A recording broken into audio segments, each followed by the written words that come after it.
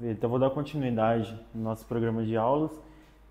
Vou terminar a parte de choques distributivos e a gente vai começar a falar agora um pouco do choque neurogênico. O choque neurogênico, também conhecido como trauma raquimedular, e ele vai ser definido como uma secção parcial ou total dos feixes nervosos sensoriais e motores, sendo capaz de gerar um déficit e prejuízo significativo para o paciente. E esse déficit vai ser classificado por uma lesão abaixo da vértebra que teve trauma. Ela acomete cerca de 6 a 8 mil brasileiros por ano, sendo que a maioria das vítimas é homem, de 20 a 30 anos, e o principal meio é automobilístico. E o segundo meio mais comum é por... Como é que fala aquele negócio aqui, de cavalo? Acidentes com cavalos. Isso. Por incrível que pareça, no Brasil é a segunda causa. Ele é subnotificado porque ele não é de notificação obrigatória. A fisiopatologia, ela vai ser dividida em duas fases. A fase primária, que ela começa da segunda às 48 horas após o TRE. É uma lesão mecânica que vai ser diretamente relacionada à força que foi aplicada. Ela já começa a ter dano nos primeiros minutos após a lesão. E ela vai ter a formação de petecas hemorrágicas na substância cinzenta, podendo resultar em necrose e redução do fluxo sanguíneo no local. A segunda parte, a fase secundária, pós-dano imediato também, a gente vai ver isquemia, edema e proliferação celular. E aí, nessa fase, a gente já vai ver também a migração de células de defesa, da glia, né? E aí vai ter a formação do tecido cicatricial nessa lesão. A apresentação clínica é variável, vai depender da altura da lesão. Elas ainda podem ser divididas em completas, que vai ter perda total da função sensorial e motora abaixo da lesão, e parcial ou incompleta, com a manutenção parcial dos sintomas das funções básicas. Também pode ser dividida quanto à anatomia das lesões cervicais da C1 a C7, geralmente costumam causar tetraplegia. As lesões acima de C5 costumam ser fatais por paralisia do diafragma. A gente tem a lesão torácica, que é de T1 a T12. Geralmente T6 é um ponto importante porque essas lesões abaixo de T6 costumam causar desautonomia parcial e pouco provável de levar um choque. E costumam cursar com paraplegia e preservação dos movimentos dos membros superiores. E a gente tem as lesões lombares de L1 a L5 e as sacrais de S1 a S5. Geralmente resultam em paraplegia, com preservação das funções também dos membros superiores e, em alguns casos, com disfunção vesical, intestinal e sexual. A abordagem geralmente é feita pelo médico emergencista na cena do trauma. Então a gente vai seguir aquele protocolo do XABCD do trauma e o exame neurológico, onde a gente vai observar a função motora, a sensibilidade e os reflexos. A gente tem uma classificação que ela já é utilizada desde 1989 até hoje, que é a classificação de Frankel, que aí o A é a ausência da função motora e sensitiva abaixo da lesão, o B é a ausência de função motora com algum grau de sensibilidade preservada abaixo da lesão, o C algum grau de função motora, mas sem utilidade prática, o D função motora útil abaixo da lesão e o E função sensitiva e motora normais, podendo ocorrer alterações dos reflexos, é menos grave.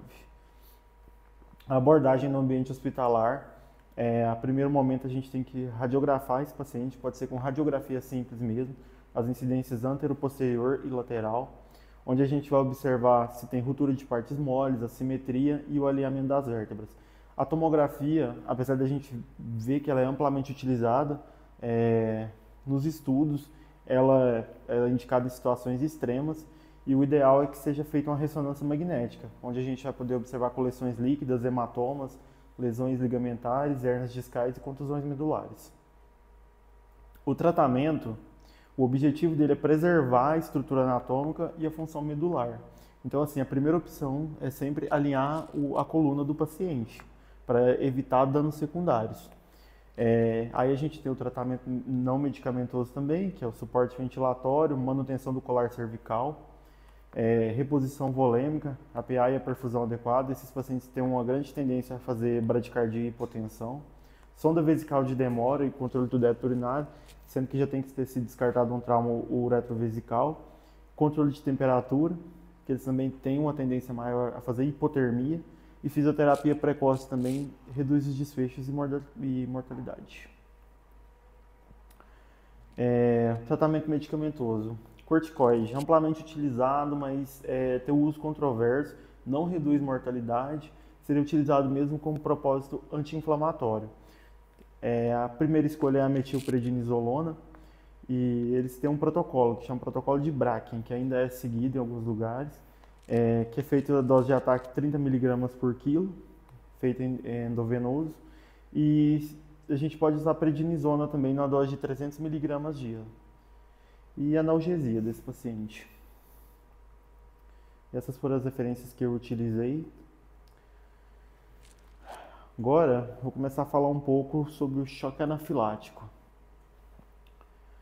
O choque anafilático ele é definido como uma reação alérgica grave, imunomediada por IgE, que desencadeia as reações principalmente por via mastocitária.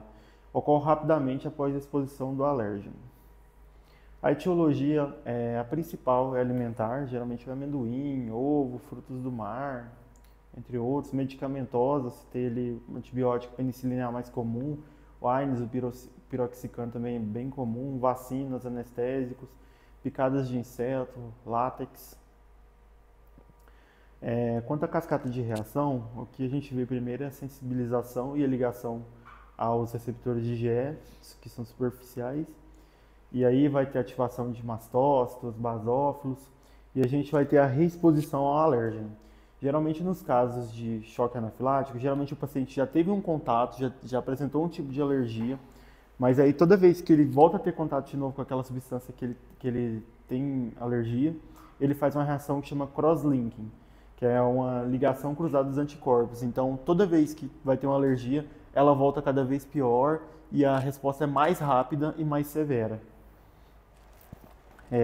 Aí vai ter a liberação dos mediadores inflamatórios, histamina, heparina, enzimas proteolíticas, leucotrienos e prostaglandinas. A fisiopatologia e a sintomatologia depende da substância que é liberada, mas assim, a gente observando o principal, que é a histamina, ela vai se ligar aos receptores H1 e H2, na pele vai causar urticária, aumenta a permeabilidade vascular, vasoespasmo coronariano, redução abrupta da pressão arterial, e broncoespasmo, principalmente pelo receptor H1 no pulmão. A heparina, a gente vai ter estimulação de triptase, aumento de fatores de anticoagulação, vai ter por inibição da plasmina e da calicreína. Fator de ativação plaquetária, redução do fluxo coronariano, retardo na condução da condução atrioventricular. Pela triptase, a gente vai ter ativação do sistema complemento C3 e C4 e das vias de coagulação. Vai ter consumo do fator 5 e 8 e do fibrinogênio, podendo levar a angedema, hipotensão e, em casos mais graves, pode levar a CIVD também. Os leucotrienos e as prostaglandinas também são amplamente liberados e eles também vão ser responsáveis pelo aumento da permeabilidade vascular, pela broncoconstrição intensa e aumento da secreção múquica. O diagnóstico ele é clínico. A gente tem alguns exames que não são muito utilizados por valores e pelo diagnóstico não ser tão difícil, mas a gente tem a triptase sérica, que ela é utilizada para acompanhar o quadro, em que a redução dela indica que o paciente está tendo melhora clínica. E a gente tem que lembrar dos diagnósticos diferenciais também, que é a crise asmática e a síncope. Tratamento, a monitorização, oxigênio, acesso venoso, hidratação vigorosa, geralmente priorizar isso rapidamente, e as medidas farmacológicas. A gente tem a primeira linha, a adrenalina, que é de 0,3 a 0,5 mg, via IM mesmo, na face ventral do quadríceps. Ela pode ser utilizada a cada 3 minutos ou até melhora clínica do paciente. E a gente também pode deixar o paciente, depois que ele sair da fase crítica, com a adrenalina em BIC, que a solução é 99 ml de soro fisiológico, ou soro glicosado a 5% e uma ampola de adrenalina. Sendo que a gente pode iniciar de 0,01 a 0,1 micrograma por quilo. Os adjuvantes. Corticoide não vai ter um efeito rápido. mas ele vai nos ajudar ao longo do tempo a não ter novas recaídas do paciente. Ela vai agir ali de 4 a 6 horas após a administração, e as drogas preconizadas são a hidrocortisona, 200 mg ao dia, e a metilprednisolona, de 1 a 2 mg quilo por dia. Os antihistamínicos, apesar de serem amplamente utilizados também, assim, não mudam tanto o desfecho. Elas são mais indicadas para quando o paciente tem reações urticariformes, ou seja, assim, mais efeitos de pele mesmo. E o antihistamínico de escolha é a difenidramida, de 25 a 50 mg, de 12 em 12 horas. Os broncodilatadores e os mucolíticos vão atuar como sintomáticos ali, porque o paciente também apresenta um broncoespasmo severo. A atropina vai diminuir a secreção das mucosas. E a gente tem como medida heróica o glucagon também, que os pacientes que estão apresentando resistência, sem melhora clínica, ele pode ser lançado mão o uso dele. Aí vai usar na dose de 1 a 5 mg em bolos, e pode deixar em BIC também, se o paciente tiver uma boa resposta, de 1 a 15 microgramas por quilo. E a gente vai ter também outras medidas como o Sugamadex, não tem um efeito assim muito bem estabelecido, mas ele aumenta a depuração plasmática da substância. E tem a vasopressina também em casos de choque refratário. Essas foram as referências que eu utilizei.